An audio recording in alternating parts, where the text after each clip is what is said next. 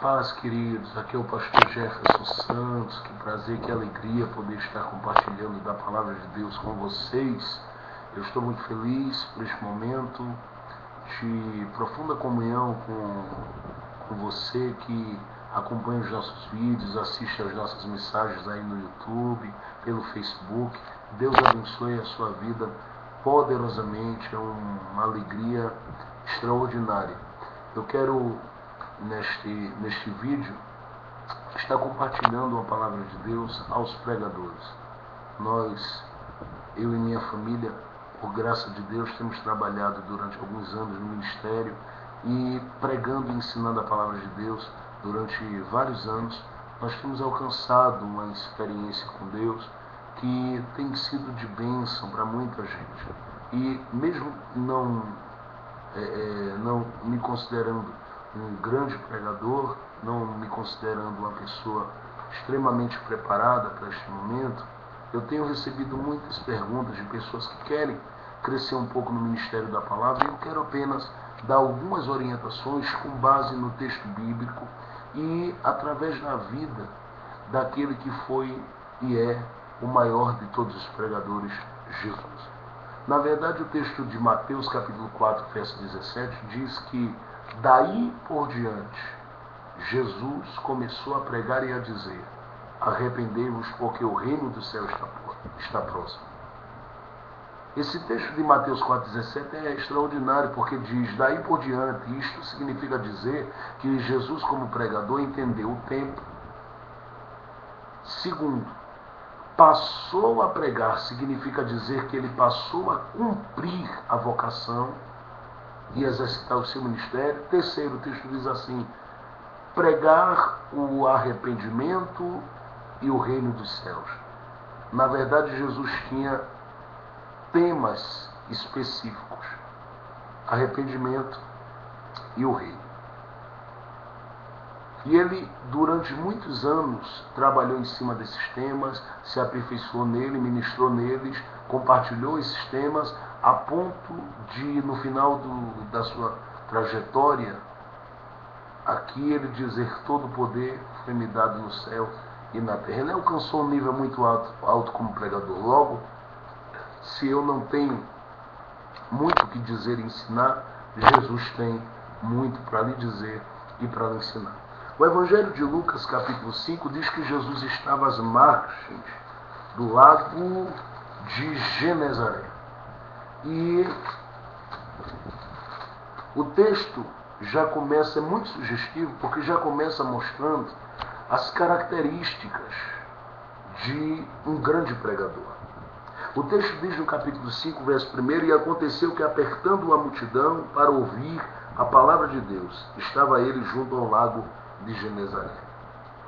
Aqui eu já começo por dizer que todo grande pregador, ou todo pregador bem-sucedido, ele tem como característica forte do seu ministério pregar e ensinar unicamente e prioritariamente a palavra de Deus. Ninguém que se assenta na igreja vai para a igreja para ouvir um pregador compartilhar qualquer outra coisa, a não ser a palavra de Deus. Então pregue a Bíblia pela Bíblia, ensine o texto pelo texto, trabalhe a Bíblia e ensine a Bíblia de forma expositiva, e você, com certeza, vai alimentar as multidões que o apertam com suas lutas, suas dificuldades, seus problemas, suas guerras, suas causas difíceis, e vai dar a elas, no mínimo, uma orientação, uma direção, e vai saciar a fome dessas pessoas. Uma segunda característica do grande pregador está no verso de número 2. O texto diz assim: e viu estar ali 2 barcos. Pregador bem-sucedido, ele tem como característica uma visão ampla das coisas. Ele consegue enxergar, porque a visão dá a ele o sentido de missão e propósito. Aonde eu quero chegar com o ministério que Deus me deu. Homens que não têm visão não vão a lugar nenhum. Homens que não enxergam longe não chegam a lugar nenhum. Deus só trabalha com homens que têm visão, porque mesmo no dia que você se sente desmotivado até acreditar nas promessas de Deus, a visão ela vai te ajudar a caminhar um pouco mais. Uma terceira característica do grande pregador, ou do pregador bem-sucedido, está no verso de número 3, a Bíblia diz: e entrando num dos barcos, que era o de Simão, e entrando em um dos barcos, porque todo pregador ele tem convicção da onde Deus lhe quer plantado. Todo pregador precisa escolher ou pedir direção a Deus para escolher um barco para ficar. Este barco aqui representa uma igreja, uma congregação. Você precisa ter um endereço fixo. Você precisa ter um lugar onde congregar. E neste lugar você precisa entender esta grande verdade que Jesus nos ensina. Que o pregador bem-sucedido, observe o verso de número 3, ele entra em um dos barcos. Em um dos barcos. Ele tem um endereço fixo, mas neste endereço fixo ele faz duas coisas. Ele se assenta para ouvir, diz o verso 3, e também levanta-se para ensinar. Pregador que não aprende a sentar num lugar para ouvir, ele nunca está pronto nem apto para ensinar a ninguém. Mas aquele que senta-se para ouvir, ele está pronto e preparado para ensinar. Logo, você precisa ter um endereço fixo. Eu estou lhe dizendo com muito carinho que você precisa procurar um lugar para congregar, uma autoridade para estar debaixo, servindo e debaixo dos cuidados dela, servindo, amando e honrando o seu líder. Uma quarta característica está no verso de número 4, quando diz assim: e quando acabou de falar, porque todo pregador ele sabe a hora de encerrar. E quando eu digo a hora de encerrar, é que ele sabe estabelecer o que é prioridade na sua vida. Ele está pronto para parar por um momento, para se reabastecer, porque na medida que ele prega, ele se doa, se entrega, ora pelas pessoas, abençoa as pessoas, de uma forma que ele se desgasta. Então você que é pregador, aceite essa orientação. Aprenda a limitar um pouco a sua agenda, de modo que você tenha um pouco de tempo para ler, para estudar e meditar. E aí você vai deixar de buscar algumas coisas, alguns paliativos para falar, algumas informações para falar no púlpito que não convém, e vai ter mais alimento e conteúdo para ministrar o coração da igreja de Cristo Jesus. Então estabeleça uma agenda de forma que você tenha tempo para estudar, para ler, e assim você vai ser grandemente abençoado no seu ministério.